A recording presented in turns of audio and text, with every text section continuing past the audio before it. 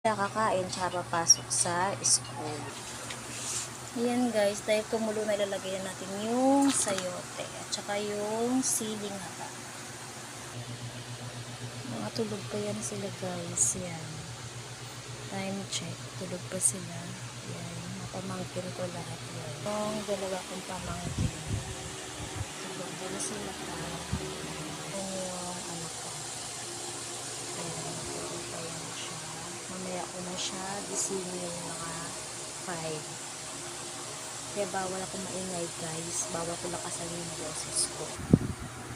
Kaya kayo mga guys, kung andyan kayo mga magulang nyo, mahalin nyo guys. Kasi maswerte kayo. May mga magulang pa kayo na nag-aasikaso sa inyo. At saka nagluluto tuwing umaga. Alam nyo guys, kung tutuusin, isa lang yung anak ko. Pero mas binigyan ko ng pansin at saka halaga yung tinatawag na sakripisyo para sa taong mahal mo.